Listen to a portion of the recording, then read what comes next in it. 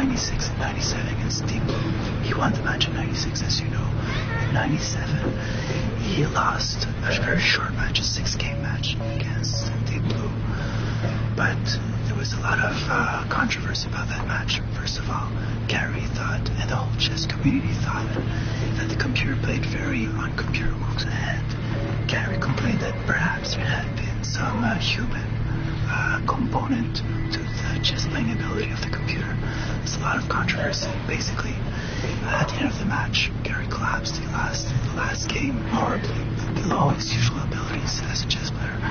And basically, IBM did not grant him a rematch, which was another huge controversy, because when Gary won in 96, he offered right away a revenge match in the computer. So basically, Gary could never redeem himself as the best human or computer playing in the world. That must drive him nuts, because he loves to win. Exactly, he's a hugely competitive player. And to know that the computer has one victory against him, and he wasn't able to avenge himself, is just shattering for his chess abilities and confidence as a chess player. Why don't you think IBM wanted the rematch? Well, consider this. The day that Deep Blue beat Kasparov, IBM's stock rose, I think, 15%.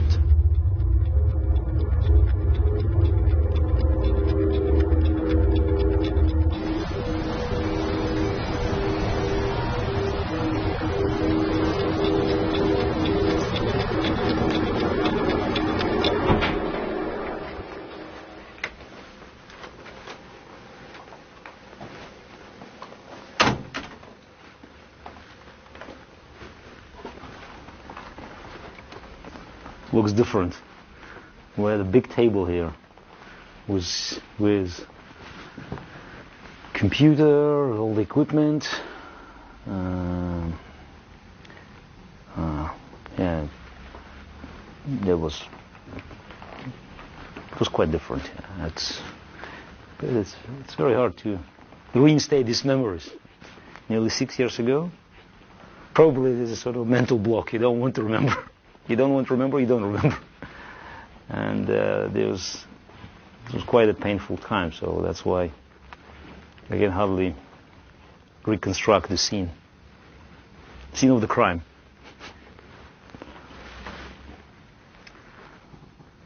We had a table where, we could put one computer, and then my coach was sitting with another laptop, and then we had a chess set, and it was pretty long, so we just occupied the center of the room. Those were not happy days. From day one we had so much tension. What are you doing? I felt like we were a bunch of amateurs, challenging the terrible, faceless monster.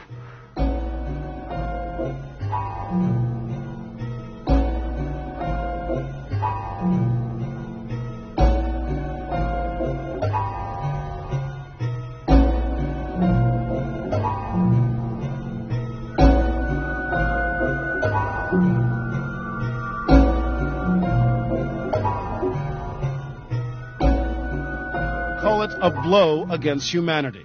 After 6 games over 9 days, Deep Blue, the IBM computer, beat Garry Kasparov, considered to be the best chess player in the history of the game. And whoa! Deep Blue, Kasparov. The great Russian champion was not a graceful loser.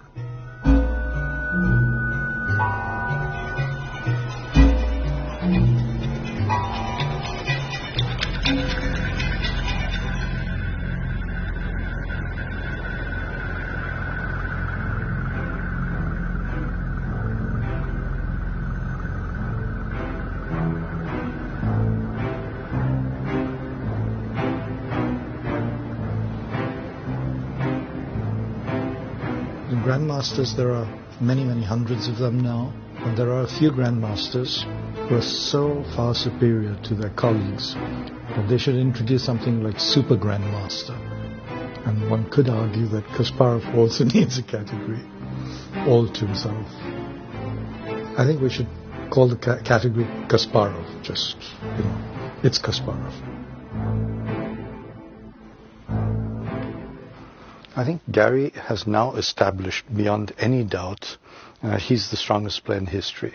We've debated this for many years, but we debated it when he was 30. Now at 40, to increase his playing strength means he is the strongest player ever in the history of the game.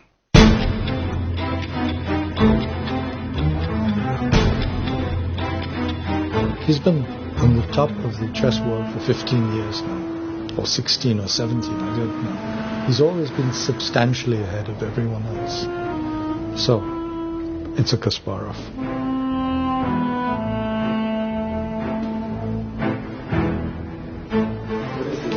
It's the Central Chess Club of the Soviet Union. The legend says that it was Khrushchev himself who signed this building to the chess players. And since late 50s, this building, this is old mansion of the 19th century, sort of a palace, became a cradle for Soviet chess. The Soviet chess department, the sports committee chess department, was always located in this building. So that's why the chess officials, they were sitting around this building, and many important decisions regarding number of players were made here. I cannot survive if I feel I'm in fetters. So that's why, for me, it was virtually impossible to play under the strict rules of the Soviet regime.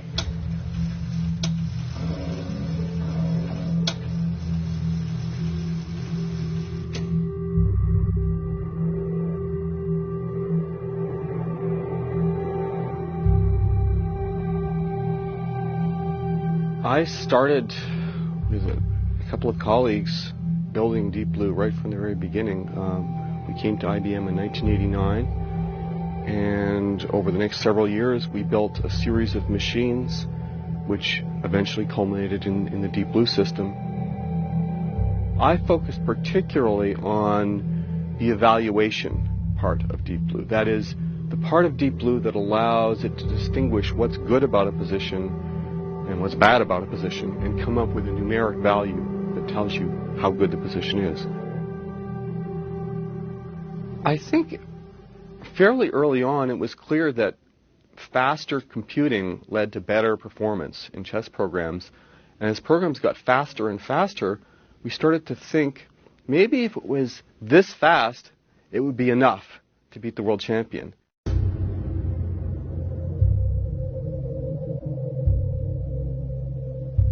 This is the die that's designed in 1985 to 1986.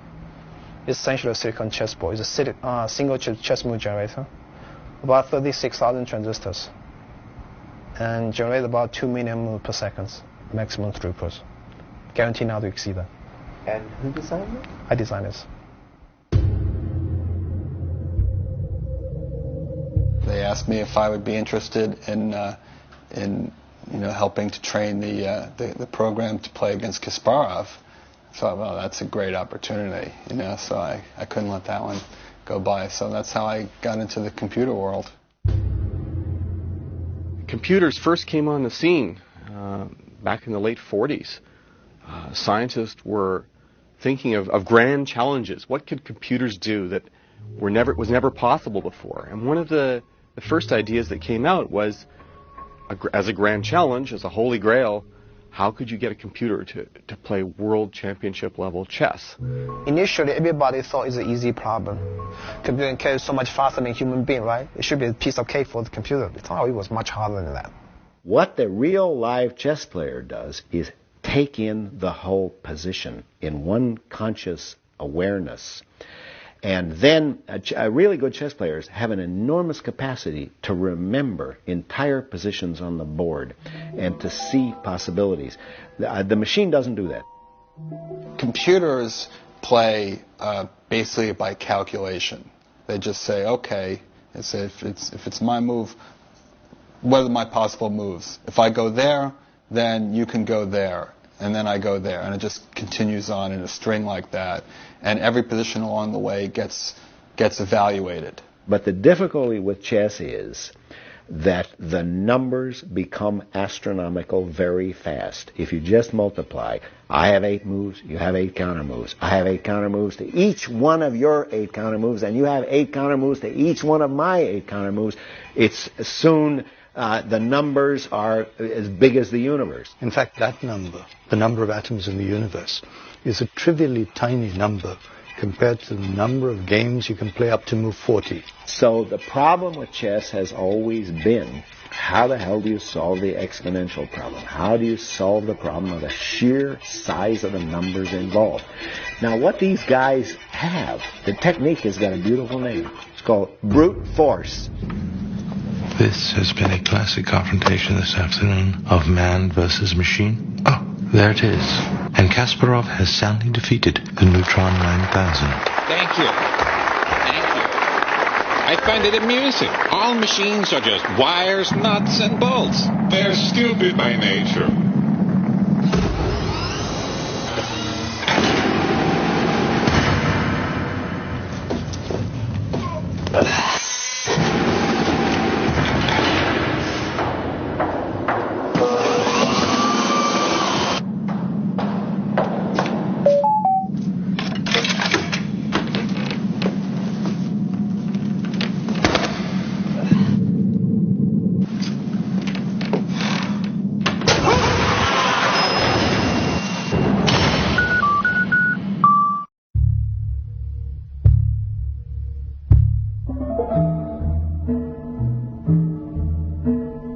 IBM produced something which was completely different. It was a program put into hardware. So they built a small chip which could do nothing but play chess. It could do that extremely well. And this chip they duplicated, they made many hundreds of copies and put 200 of them into a machine and let them work in parallel. Deep Blue was running 200 million positions per second.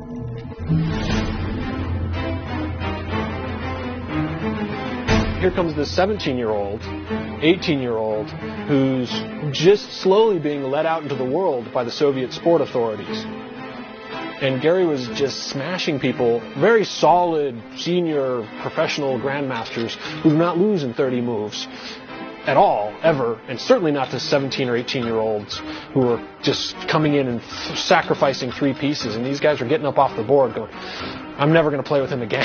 That was just a horrible experience. And they were having these it was really traumatizing some players. But it catalyzed the chess world. Suddenly he was a huge crowd favorite because the chess. It was just sensational chess to watch. Karpov was there. Karpov was ideal. Karpov, played under the rules. He did what it required to be on the top. And so that's why did they need another one by having Karpov? Plus this another one was not Russian, half Jewish, half Armenian, and even more important than the national factor, Kasparov was not a person to be controlled.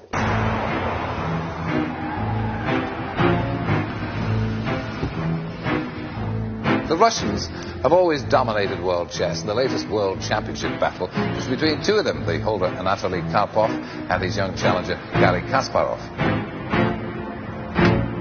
Gary, what was all the fuss about?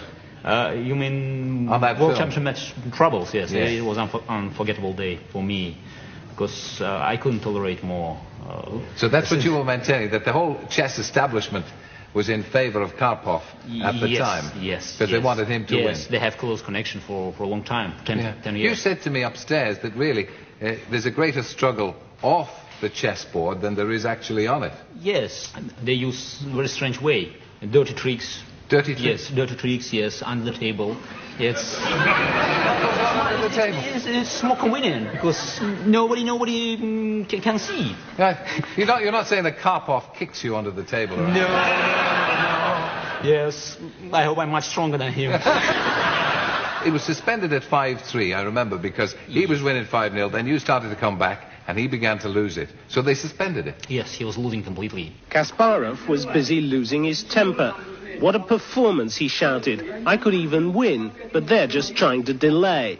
I personally believe that what I was doing was in the best interest. То, что я делаю, But, это в наилучших интересах. The players are only one part of this situation. I was quite lucky that it was a new time already. Gorbachev was in the office, and the political situation has been slowly changing. And in September '85, we started here a new match, a second match, and that's where I got my title.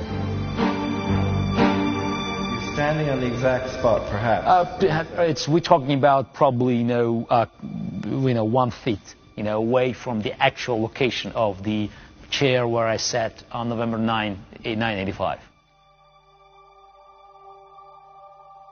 It was my day. It was time change. The country was just about to change, and that's why this victory was very symbolic. So I had a lot of supporters in the audience, and everybody was quiet because they didn't want to threaten our luck. So I made my last move, and I was waiting for him to resign. And he resigned. It was, it was quite primitive, so natural. So he resigned. The game was over, and I won.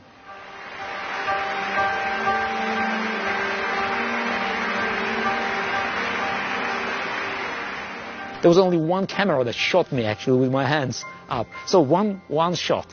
Now I wish I had more time to go around just to wave my hands, but it was one shot, and I walked away.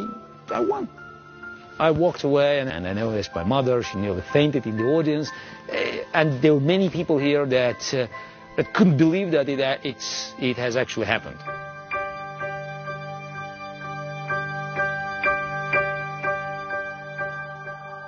I'm afraid it's a little bit dangerous, to come back to your past, trying to carve something for your energy now. It belongs there. It's part of my life. It's part of the glory. It's a great history. I'm proud of it, but it's still history.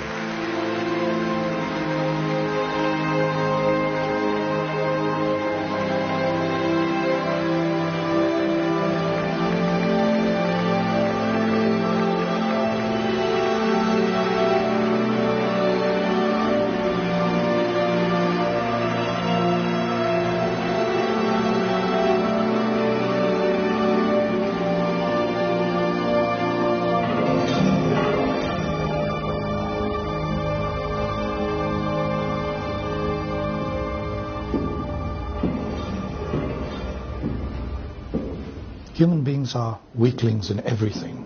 They can't run, jump, swim as well as a dozen animals. So we're weak and weaklings. But there's one area in which we have been supreme for millions of years. That's intelligence. Nothing has challenged us. Now, for the first time in the history of our race, something comes and says, hey, I might be smarter than you are. And it's a machine. I always felt that this match was really going to be one of the more important symbolic events of the 20th century. And if you look at the history of computers, chess playing and beating a chess champion was one of the things that computers were never supposed to do. Our first version of Deep Blue played Kasparov in 1996. And he was able to win that match by a score of 4-2. In '96, there was a great deal of camaraderie. It was all in this friendly atmosphere of, like, do you need anything? What can we do to help you? Did you get this? Did you get that? Did you got that? So all requests being met. There was no direct IBM involvement. IBM showed up later on when they just saw the tremendous response. They wanted to play a rematch. I said, okay, why don't we play? This is a poster that was posted around New York City during the 1997 match.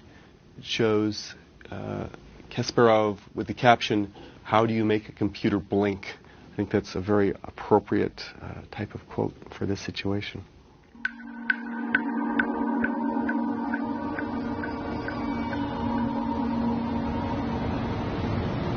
Basically, Gary played a couple of computers. First confrontation was in '89 against Steve Todd, and then it was in '96 and '97 against Steve Blue. He won the match in '96, as you know. This is where we did all the negotiations. This was their Manhattan headquarters. I have bad vibrations about coming in here because I just started with Gary. I was brand new with him. Started in '96, but, really the first main contract I'd done. And it's easy to be wise afterwards, but I had a sense that the rules had been changed, that he was playing a game, and he hadn't been told that it was a different game. But Gary was so sure it was all about science and research and the good things in life, and that they weren't really out to kill him at all costs. But we soon learned otherwise. For me, it was a lot of fun. It was an important exercise, and I felt responsible for this experiment to benefit not only chess or computer science, but also the human race as a whole, because it's a man versus machine. It's a great idea. So I liked it. I liked it, and I played straight into their hands.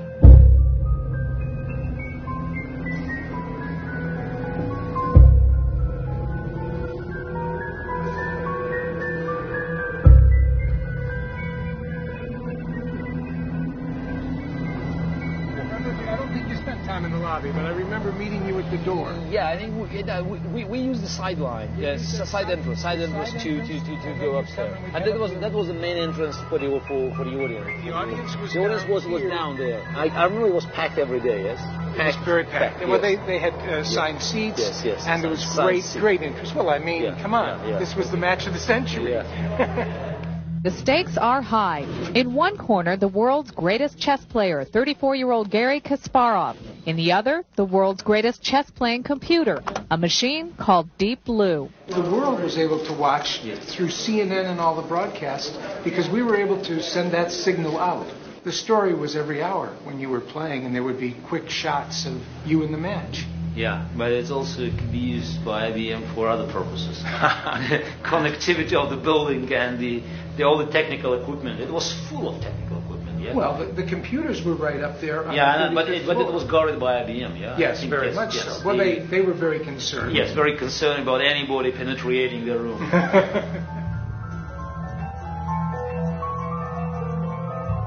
We're going to have an elevator here in a minute, and we'll be able to go up. Yeah. All waiting to see the room. Okay, we better get in. No, we're here now. We better get in.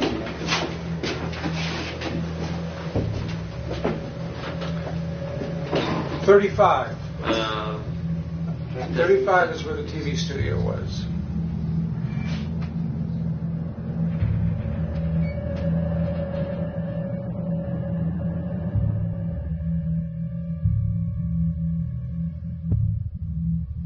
IBM was the promoter, the financier, the organizer, the other player, the controller of the media, the keeper of the keys, the hirer of the hall, the security. They even, broke the rules. They would keep us out of rooms. They would lock, one day I was locked out of his dressing room because I didn't have the right pass. They changed the passes on us.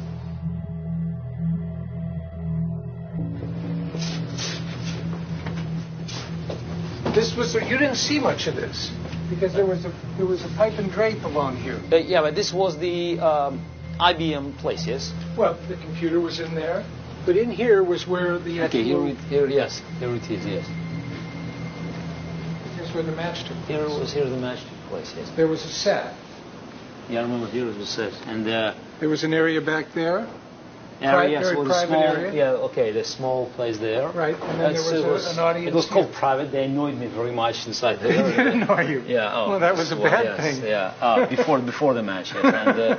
And yeah, I was sitting here, yes. You were sitting right there. You're ready now. 5 people, you know, you just to move back up.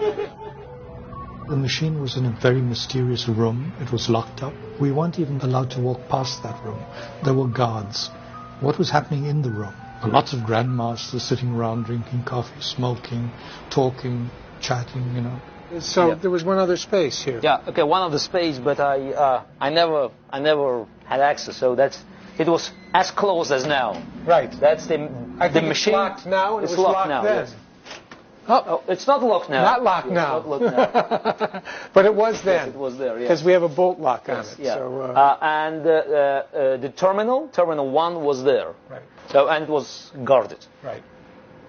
So. And nobody was allowed there, except IBM staff. IBM people. It's like a Pentagon secret room. I said at the match, and I don't know any Pentagon machine was guarded with with such intensity. Without further ado, I will introduce you to the team members that are bringing you this wonderful machine called IBM Deep Blue. Would you please stand up, Dr. Flanshan Xu? We knew we were able to beat Grandmaster at regular frequency. Also, we had some surprise waiting for him. We spent a lot of time speeding up the system and improving its knowledge of chess. We also have our chess consultant, Mr. Joel Benjamin. Let's give them a hand. Deep Blue was just completely different. In fact, at various times we had calls from Gary that he wanted us to send a version of the program, and we thought, well, if we did, he's just going to be more upset later because the computer is going to change. They had hired a whole series of grandmasters. I mean, here comes Garry Kasparov, and he says, wow, that's quite an assortment of grandmasters you got there. I see Aleska's over there, Joel Benjamin, John Fedorowicz, Victor Fermian. Man, these guys are really, really serious. I'm not just playing computer programming. Mr. Kasparov, what do you believe is the biggest challenge you face as you go into this match, the single key factor that may determine the outcome? I think the single key factor is I have no information about my opponent. Why is that that you don't get a look at any of these games? You ask her own person. In chess, you always know something about your opponent. Here, he knew nothing about the machine. He got 0 games in advance. In the end, they said, we don't have any because the contracts are all public games. And they said every game Deep Blue played against grandmasters and others was in private. Sorry.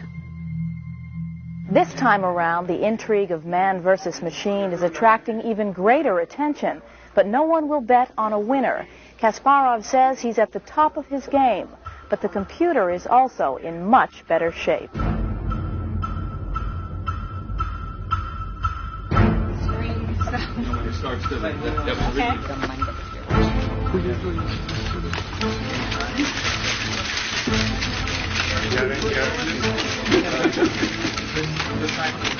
For the match, I think David Levy made a prediction that Kasparov won by 6-0. It wasn't completely out of the question, but it's scary to think about if that happened, we would be in big shit.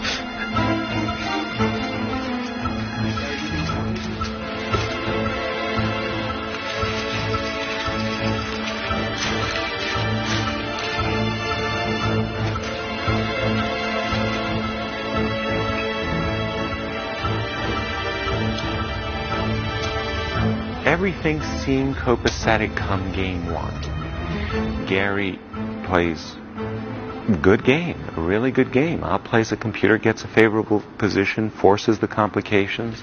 And now he's finally made a move. He's gotten out of the pin and played the move king from G1 to H1, which indeed is a cautious move. Yeah, and he's starting to shake a little bit. If you saw the camera show that characteristic leg shake of chess players, leg twitch.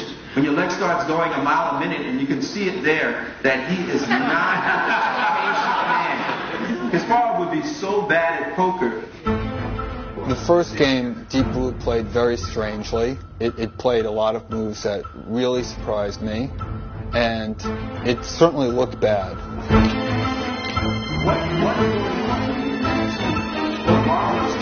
Deep Blue annoyed player away. again as one of the moves fit together. And he just wiped the machine off the board. It was so easy. It was easier than he thought it would have been.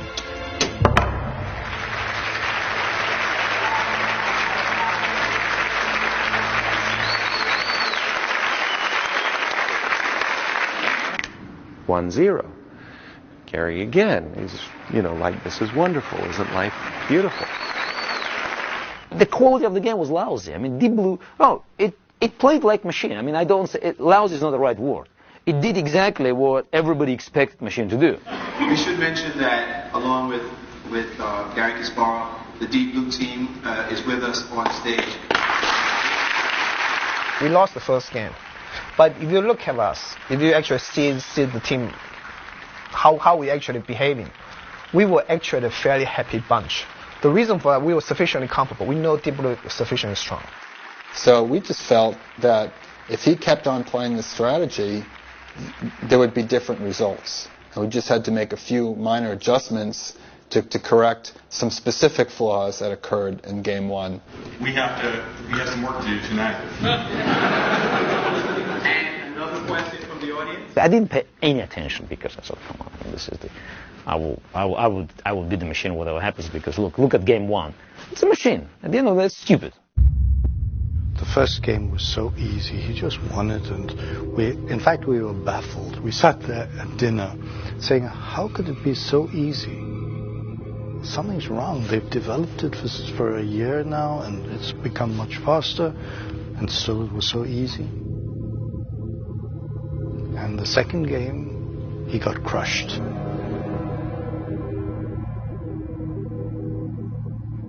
Game one, machine didn't pay any attention to king's safety. We have to remember it because in game two and in other games, machine will be taking care of a great deal about king's safety. So now it's absolutely clear that game one and game two was played by different computers.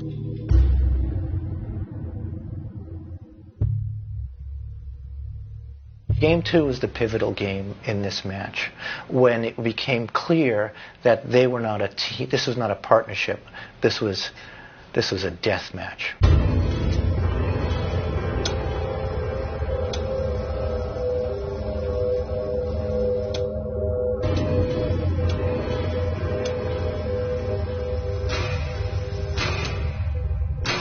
Kasparov knows the computer will not be hobbled by human weaknesses such as a lack of concentration, but Kasparov can enjoy human advantages such as being devious. I can drag machine into the type of the positions where its computing power will be not able to give a right advice. Gary, using some wonderful anti-computer strategy, got a position where he blocked the position. This is what you're supposed to do against computers. Block up the position, computer won't know what to do, and the computer will play planlessly. What he didn't realize is that I spent months forcing it to play closed positions so that if ever gotten one, it would handle them better. And we spent an awful lot of time working on that specific problem. And Gary gets into a very difficult position, arguably a losing position.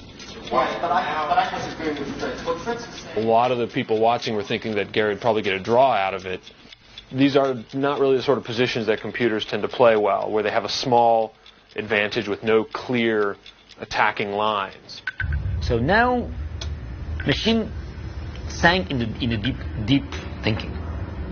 So it spends 15 minutes, which is it's already it's already troubling because it's unusual, and it makes a move. It got winning position.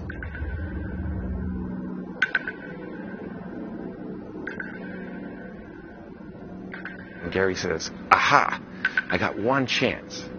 What I'm going to do is sacrifice a pawn and get counterplay.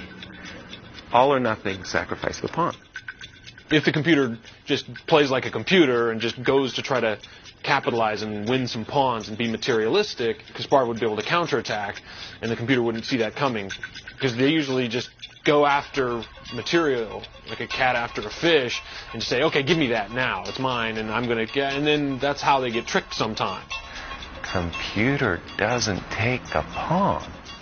Instead, the computer plays a real Karpov-like move. Instead of winning like 2 pawns, it plays a strategic move which secures the win in a long-term sense. Computers can't do that. What's happened? Well, this was like an explosion in Gary's cranium. Like, this can't happen. The computer is just not sophisticated enough to make this move. This is just like something strange is going on here. This is like an interference. And he really, really got himself worked up about that. Maybe they gave Karpov a call in Moscow. Tell us what to do. How do we fight this man? And when you're looking at it, every move it makes kills counterplay.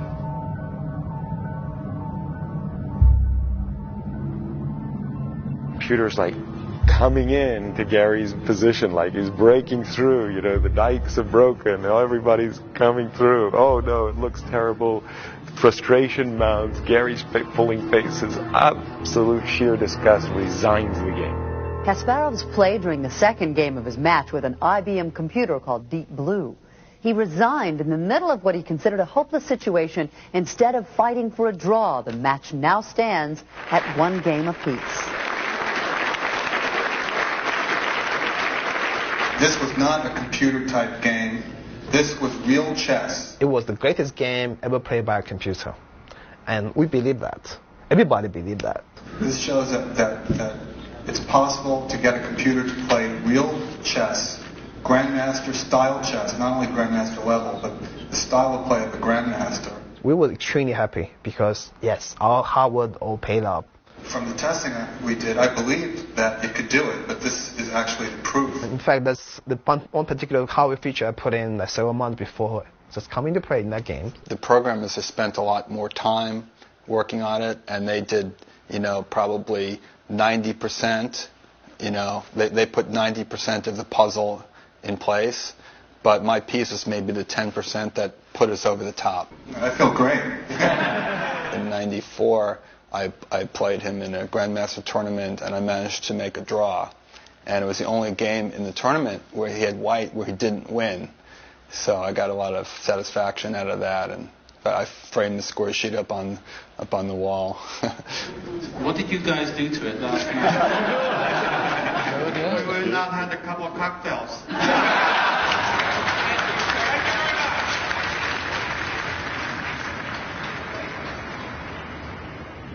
Then he came back and he said, how can this be? How can this be the same machine?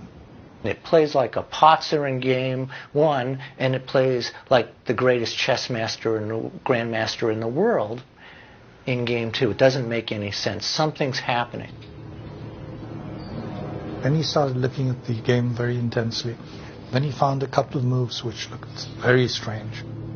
They were genuinely suspicious because, one, it didn't play like a computer, it played like a human being. It wasn't that it played at a higher level than they thought it would play. It played differently from the way they thought it would play. It played like a person. We all knew that it was not kosher. We all knew that something happened in game 2. And when we looked, we worked with our computers, very unsophisticated, just laptops, old version of Fritz, but there was no way, the machines could even think of the same moves Deep Blue did.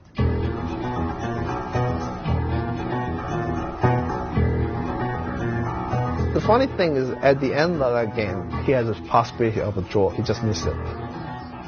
It turns out that the position here at the end is actually a draw, and that one of Deep Blue's final moves was a terrible error.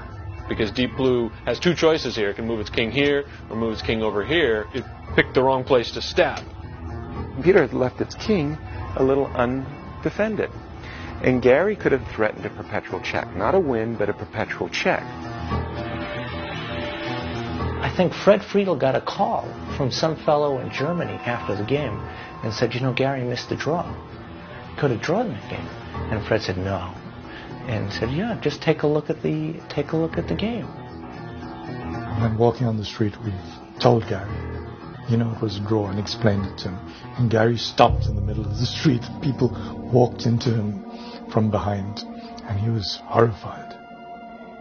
He said, I don't understand how a computer can make some of these wonderful moves that it made and miss a simple perpetual check.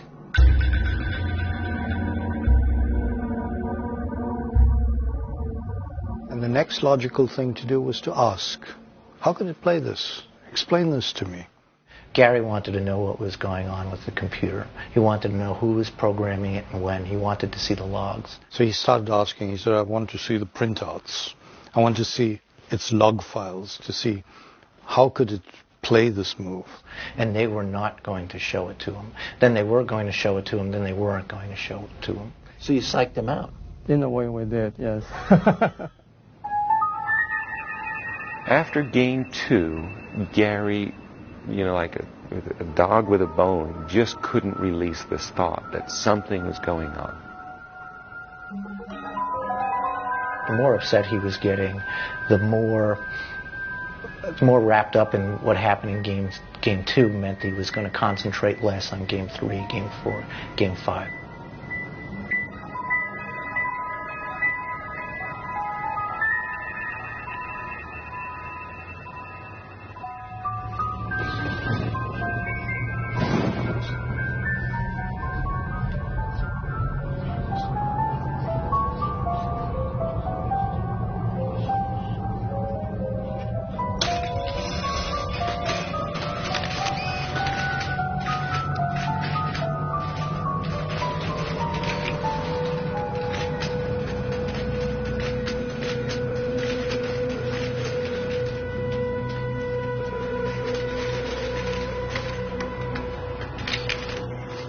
I have to tell you that, game 2 was not just a single loss of a game. It was a loss of the match because I couldn't recover.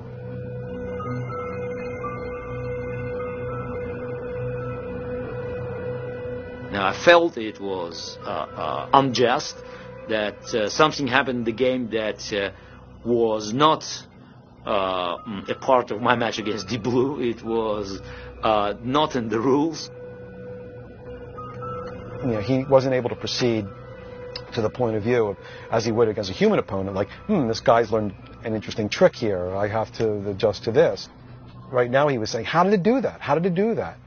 And never got to the point where he could, respond confidently to anything he knew the computer was going to throw at him. You have to concentrate on playing the match, but at the same time, your mind is always traveling backward to the game 2. And when you look at this machine move, you don't think that it's just a machine.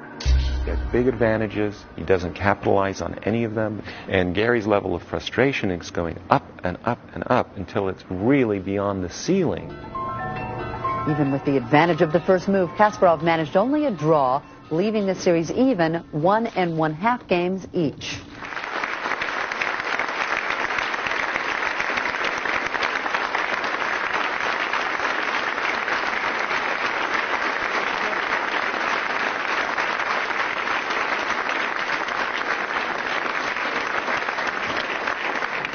Gary, what's your take now on this new, deeper blue? Is it deeper? It was definitely deeper yesterday. Yesterday something was completely different, and I still believe that yesterday game will be studied by all computer specialists because I think something truly unbelievable happened. If I'm reading you correctly, Kasparov, or maybe I'm speaking out of turn, do you think there may be some kind of human intervention on the part of this game, or is there a suggestion of the possibility? It reminds me of a famous goal that Maradona scored against England in '86. He said it was a hand of God.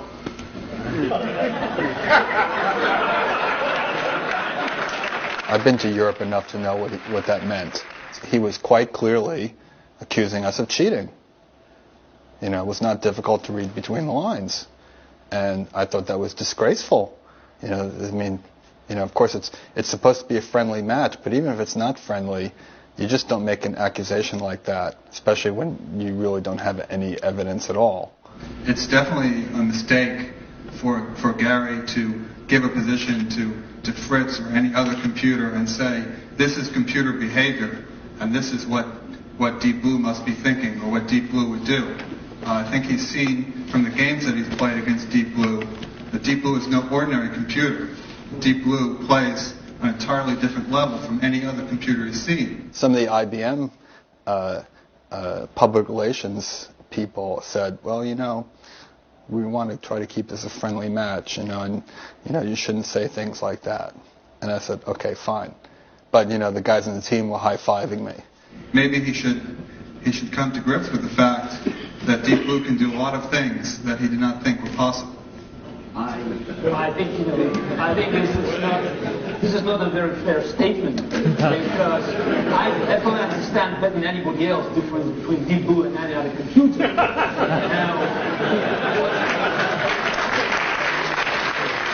There's one explanation. There was the human operator behind the machine. If you just imagine there was a human player behind a relatively weak computer, very powerful in calculation, but totally dumb in positional understanding, then you don't have to invent any more stories, because what's happened at the moment when machine refused to take the pawns? Very simple. This is a human player. It's not. It shouldn't be a Karpov. It shouldn't be. I'm talking about Karpov sitting in another room. You could have a relatively good player, not necessarily grandmaster, and someone who has access to the screen, a real screen, looks at the moves. Because machine is analyzing it, and you can see the main log, and suddenly in the main log, he or she, whatever, sees that machine is taking pawns, but the king is in danger. The human feels it. You don't have to be a strong player to feel it. So you cut the line. At least you have one red button which says, drop the main log. Bingo. So it's over. You cut it. You raise it. So then the second move comes to the top, which is a better move, because the human could see, oh, fine, it's a huge advantage for white.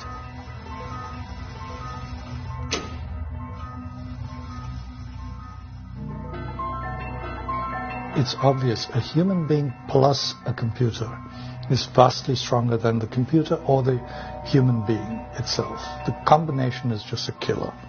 So theoretically it's possible that IBM could have used a grandmaster or grandmasters to, at critical phases, influence the machine. And it can be done. Gary was saying openly that they were cheating. And he was getting more and more upset. I was covering the Kasparov camp, so I reported what he said. IBM, which had given me all the assurances beforehand, because I don't do PR, I'm a journalist, and if they're just going to want me to do PR, I needed the money, but I don't need it that bad, I need my reputation. They said, you can write what you want to write. Fine. So after game 2, when they started to raise these complaints and raise questions about the behavior of the IBM team, I wrote it. And they didn't like it. And they insisted that Fred Friedel's comments about Deep Blue come out, and Gary's accusations about Deep Blue come out. Still, I'm keeping my own opinion that Game 1 and Game 3, they are typical computer games. Game 2 was slightly different. Well, I think we'll leave it at that. Thank you guys. And in every press conference after Game 3, he would get on the stage and start demanding, where are my printouts? I want to see the logs of Game 2. IBM's team had dug in its heels and refused any kind of compliance. And Gary says, well, we're experimenting here, guys. Come on, give me a break. Cut me some slack. It's rather improper to be asking to see exactly what your opponent was thinking. That would be like Kasparov saying to Karpov, okay, I want you to write an essay on every variation that you looked at during this game. That goes too far. We had a crisis before Game 4, when I insisted on the printouts to be released. They rushed out to my room saying, look, you can't, put all this pressure on IBM, you can't insist on this and that, and, the match will collapse. So it's talk, it was irrelevant, because they couldn't do anything, they couldn't stop the match, but the fact they felt free to communicate to me directly and to say whatever they wanted, and I think it was a part of the game. So it always, had this pressure, always, add frustration. Every day it was something new, and they were just playing with his mind, more pressure. Who decided to do this, I don't know, because large corporations are not known for this sort of stuff, I think it probably just started semi-accidentally, and they found it was working, and then everybody on their team got excited about the effect that it was obviously having. For example, in one of the games, the computer crashed, and they just came in and started to repair it. I looked at my mother and my coach, and I laughed and said something, and then the referee, and Carol Drake, she said, "Oh, silence! You couldn't talk to your people." I said, "Why not? They're talking to that guy all the time," because they were just typing something in front of me. Yeah. The human being wasn't even allowed to look at me and say, "What's going on, Fred?" because I might be helping him in some way. Whereas the computer, there were people around it nobody knew what was going on there. And then it got to the point that before Game 4, he quit. That was it. The match was over. And they had to convince him to come to the table. Nobody ever said anything about that publicly. I don't even think that's been reported anyplace. But he was fed up.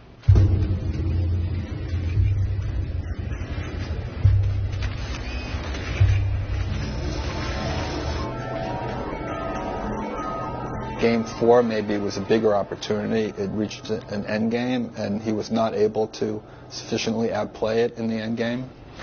The score is now even in the man versus machine chess match. Last night's Game 4 between world champion Garry Kasparov and the IBM computer, Deep Blue, ended in a draw after 5 hours. Kasparov admitted he was too tired to go on.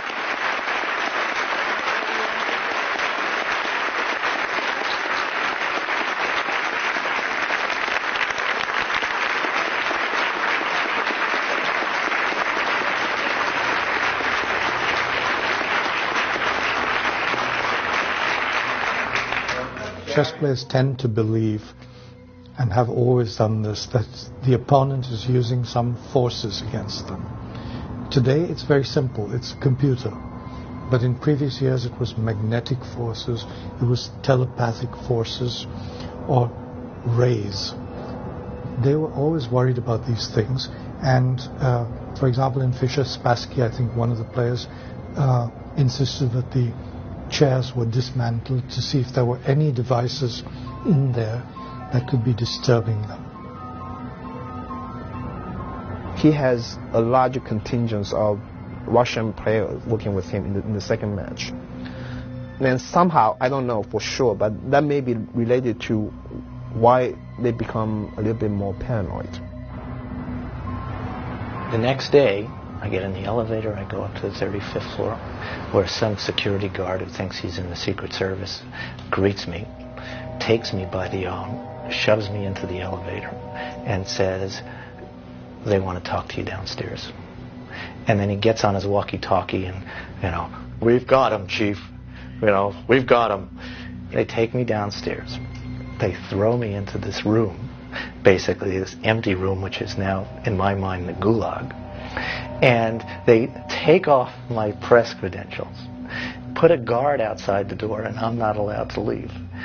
Finally, somebody comes in and explains that story that I wrote, the original story, got onto the web unedited. What happened was there were 2 versions of the story.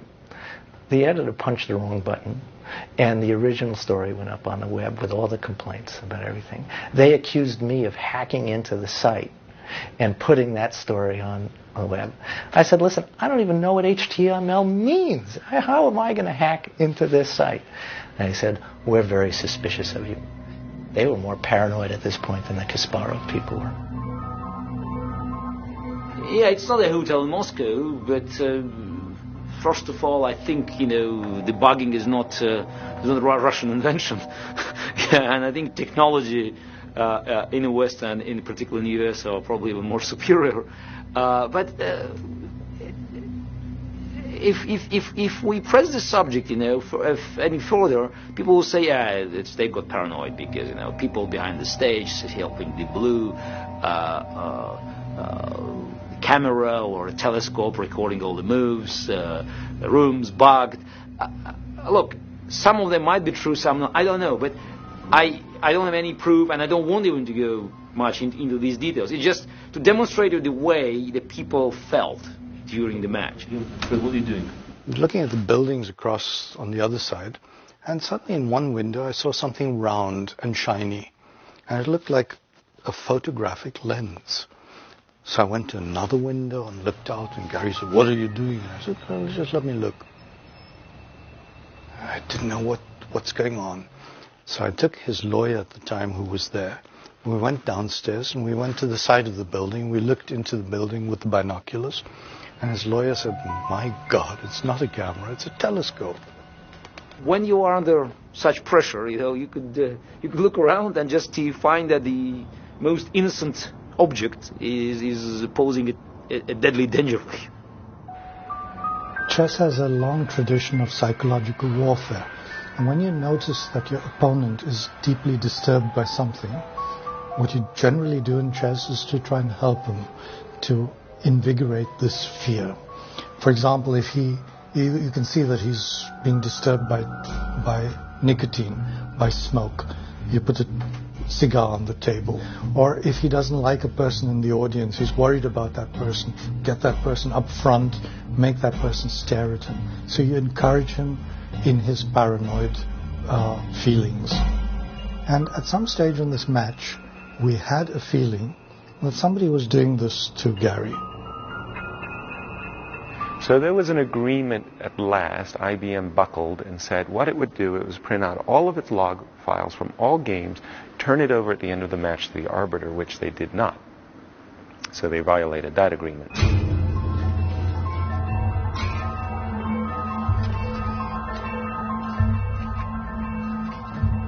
Deep Blue and Garry Kasparov, the world chess champion and the IBM supercomputer, played to a draw in yesterday's fifth match. Some said Kasparov played more like a supercomputer and Deep Blue more like a human. There are one game each and 3 draws going into today's final match, in which Deep Blue has the advantage of making the first move. Winner gets $700,000, the loser $400,000. Forget the $300,000, says international chess master Maurice Ashley. The future of humanity is on the line. Now the weather. By this point, pretty much everybody knew what was going on, tensions backstage. When Gary walked on the stage after Game 5, and he was exhausted and you can clearly depressed, they gave him a standing ovation. And I thought he was going to burst out into tears. It was one of the most moving moments I've ever seen in my life. It was amazing.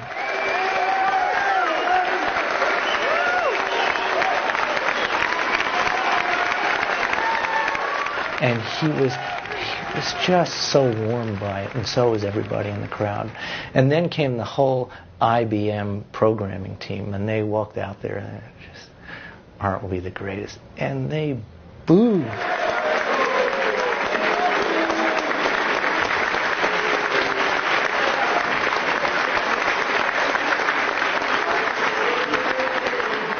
Here you speak almost as if the match is over, but there's a big, big game tomorrow. Are you going to be cautious tomorrow, or are we going to be looking to win with the black pieces, not tie this match up? I'll try to make best moves. Good answer.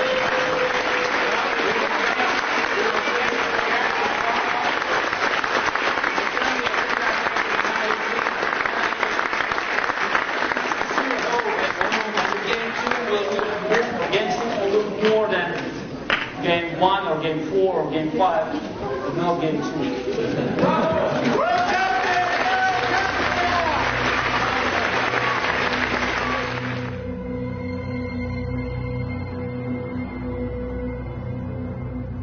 Recently, Gary played a couple of computers. First confrontation was in '89 against Deep Thought, and then it was in '96 and '97 against Deep Blue. He won the match in '96, as you know. In '97, he lost a very short match, a 6-game match against Deep Blue. But the there was a lot of controversy about that match. First of all, Gary thought, and the whole chess community thought, that the computer played very un-computer moves, and Gary complained that perhaps there had been some human component to the chess playing ability of the computer. There's a lot of controversy. Basically, at the end of the match, Gary collapsed. He lost the last game horribly, below his usual abilities as a chess player.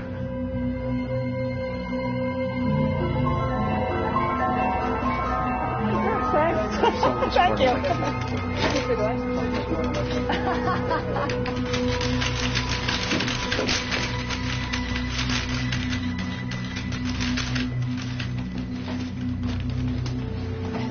After game 2, all these thoughts, they were, propelling into my mind, and I have to admit that it definitely, contributed to final demise, because what's happened in game 6? There was no game. I didn't want to play. I didn't want to face these guys. I didn't care. I always thought, okay, if I play for a draw, if I try to make a draw, and we end up 3-3, I have to shake their hands. I have just to smile, and I want just to get it, off my back. We felt that we had broken him. We really did.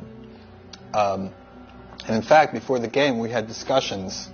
And I said something like, look, this guy, he's shot, he's broken down. I don't think he can play much of a game today. I couldn't play when I just felt that we were dead meat. So it's to be like a sitting duck here.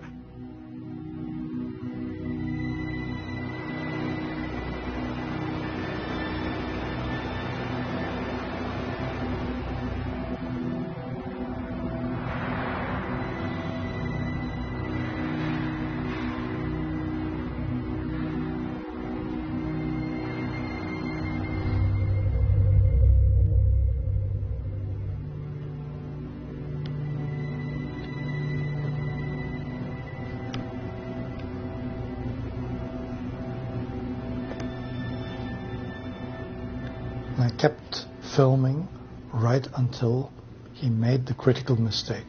And there's a lot of speculation on whether he'd planned this, what he'd overlooked, when he overlooked something. And I think you can tell exactly what happened, because there's a time frame running with it. You can see how many seconds he spent on each move, and you can see exactly at which point he realized, I'm going to lose this game. His head sinks into his body, and you can see he has given up. He's going to lose this game.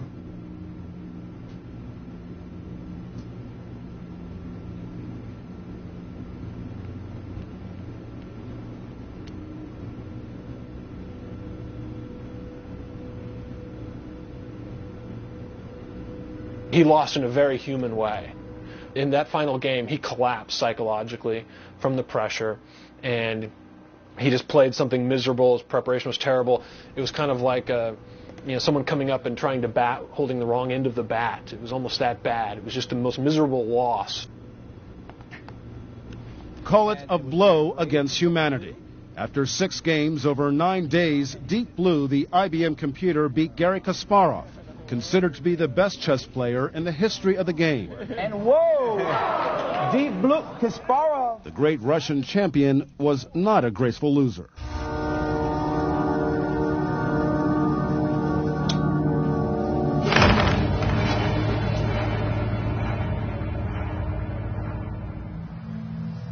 Remember one thing, Deep Blue didn't win this match. Garry Kasparov lost it. In the very last game, he just gave it to them. They didn't win. The match, that last game, was won by Deep Blue before it had started to calculate a single move. It was still playing out of its openings book, and it was over already. So something terrible had happened to Garry Kasparov, one of the bravest and most courageous players on the planet, someone with the best nerves. This man just breaks down like a child in the last game. Something terrible had happened.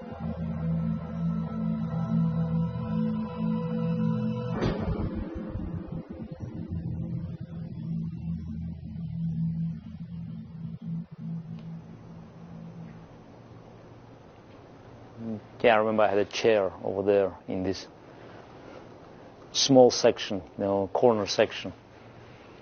And when Game 6 was over, I was sitting there, not in a very good mood. And my mother came to me and she said, Gary, no matter what you think, you had no choice but to go upstairs and to face the press. Go and do it. Be a man. Okay, so I'm a professional.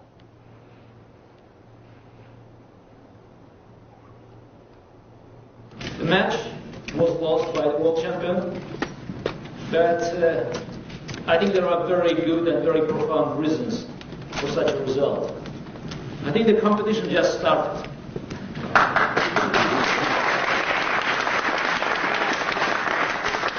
I made one big mistake before this match. It was nothing to do about further investigation of computer potential chess. There was one zeal to beat Garry Kasparov. And when a big corporation with unlimited resources would like to do so, there are many ways to achieve the result. The IBM PR people told us that we should not smile. The joy was really sucked out of it. It's like we had won, but, we weren't jumping up and down. To get to our seats, we had to walk past Gary's mother. And Gary's mother just like clapped, gave a sarcastic clap right in our faces, almost hit me in the nose. Congratulations, you got what you wanted. You're really proud of yourselves. All we did is program a chess computer, It was a point that we should be most happy, but we weren't. And it sucks, but that's past is past. It was a shock because I never lost a match before. I could always recover. And even with all the unfortunate set of circumstances in New York in '97, I believe that under different conditions, so I could do it. These are also things that he has to tell himself in order to come back and play another game, because you can't go or walk around thinking, yep, that thing's better than me, and still get back in the ring. You have to come up with a way to justify, or at least to build on it, because that's how you kind of keep your composure and keep that strong ego that you have together. I'll get it next time. Kasparov says he was at a disadvantage because he played an emotional game against an object without emotions. Another showdown is expected. Until then, the $700,000 first prize can keep Deep Blue charged for the rematch. I was just here, entering the elevator, and I met, just for the very brief, right down, so that's from the third floor to the ground floor, a very famous Hollywood actor, very famous. I recognized him, I smiled, he looked at me, he also recognized me.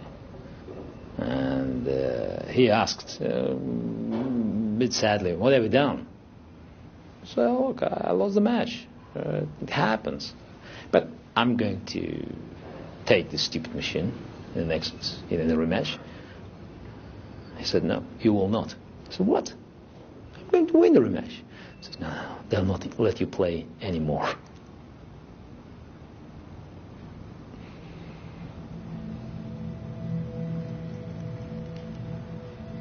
Consider this, IBM stock rose, I think, 15% the month that Deep Blue beat Kasparov.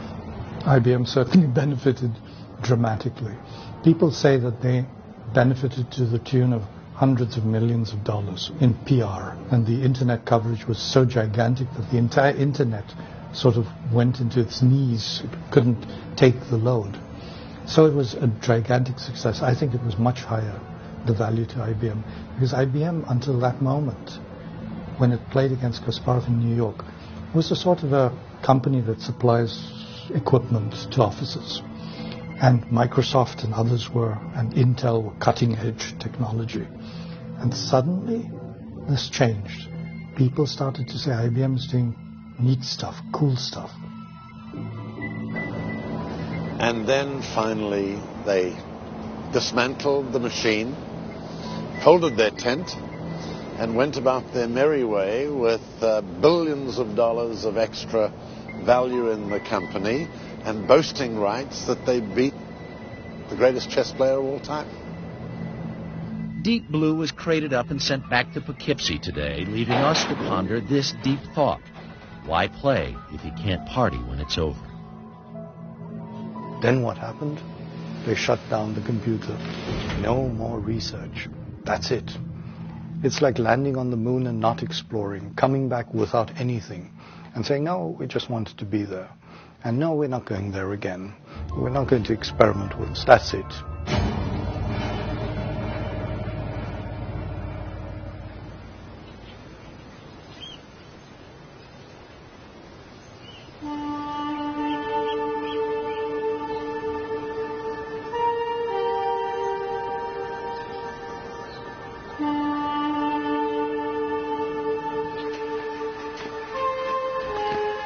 Gary's an elephant. He's not going to forget what happened in 1997, lost to Deep Blue.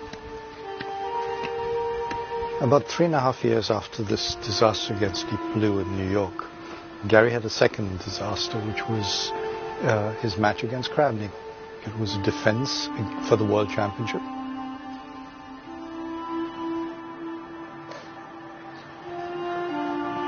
I want to take the title back.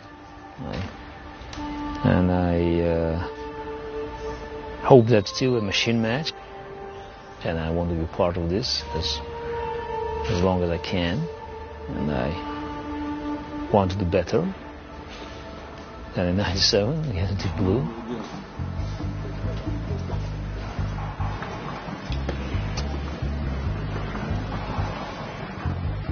So comeback is also very powerful performance.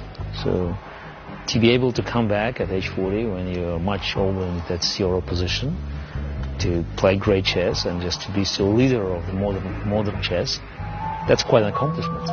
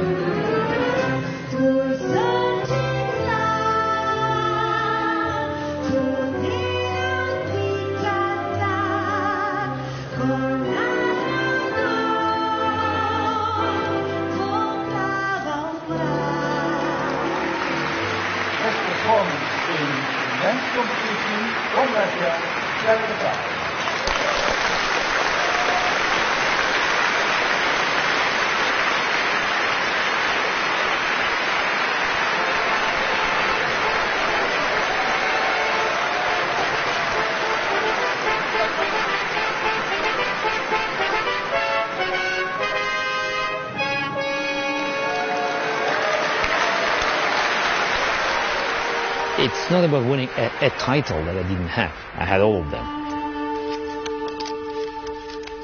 In fact, I won everything probably already, but there are plenty of opportunities to come back. I think it's about re-establishing my own authority and in chess and keeping myself going, because as long as I'm playing and playing well, I feel good.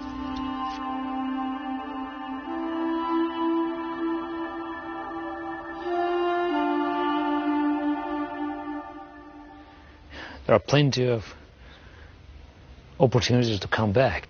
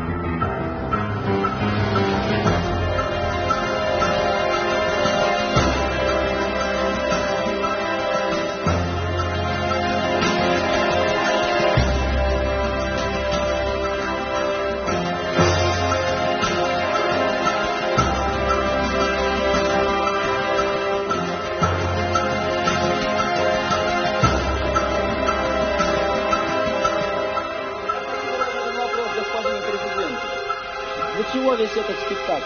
Вы сказали, что вы приехали сюда через 25 минут после разговора с чемпионом мира. И он был против того, чтобы матч прекращался. Вы прекрасно знали мою точку зрения, что я тоже...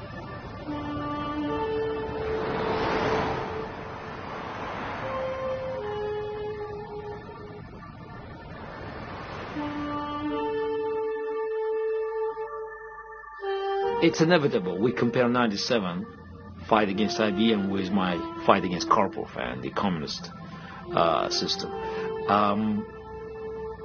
But in 85, 84, 85, even prior to my match with Karpov, I had no illusions about the enemy I had to face. I had no illusions about the resolution to crush me at any price.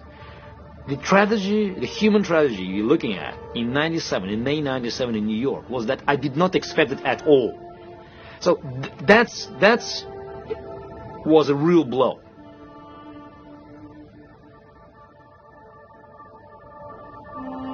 I think that the match had to be placed into the context of the general corporate ethics. Before Enron collapsed, this kind of behavior was widely accepted by the general public. The public never questioned this trust in the corporate behavior because it liked the results. Now we recognized, we as a public, that the corporation must be as responsible to the public as the government.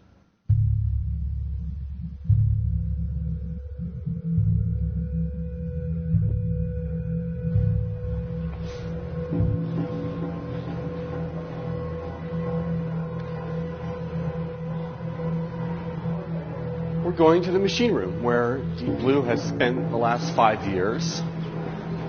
Actually, Deep Blue is not wholly there. Deep Blue is actually two separate computers. One of them is now at the Smithsonian Museum in Washington, D.C. And the other one will be here, which we'll look at shortly. Okay, so we head in here. This is the moment of truth.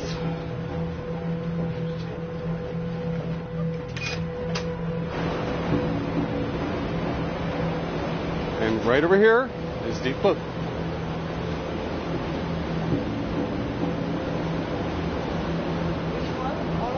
It says Deep Blue right there. Oh, thanks.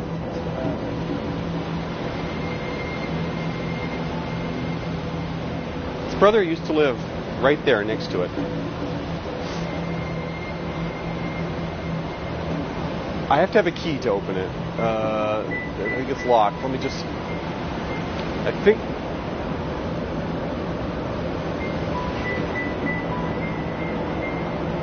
I don't think I could open this part. Around back,